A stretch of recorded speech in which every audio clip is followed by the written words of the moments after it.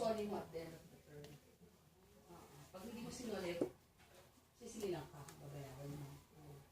Eh di si Jairus lang sa akin, tita may kita ba? Hindi, bago yun. Sabi ko wala akong hindi naman yun. Si Darcy, ganyan.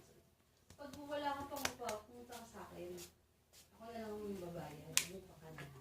Kasi para sila ng teacher, eh. Hindi na bumalik, okay na daw. Nakapupa na daw siya. Baka may pera ang ina. Sabi ko, pag wala kang pambayad, sabi mo sa akin, kaya ano ka? 500 lang? Sabi ko, sabihin mo sa kaya ano ko, ako na lang magbabayad. Eh, hindi ka. Tapos na kita, oh, ba't di ka napunta sa akin? Ay, hindi po. May pera po si mama. Pera po si mama. Ano pa na po?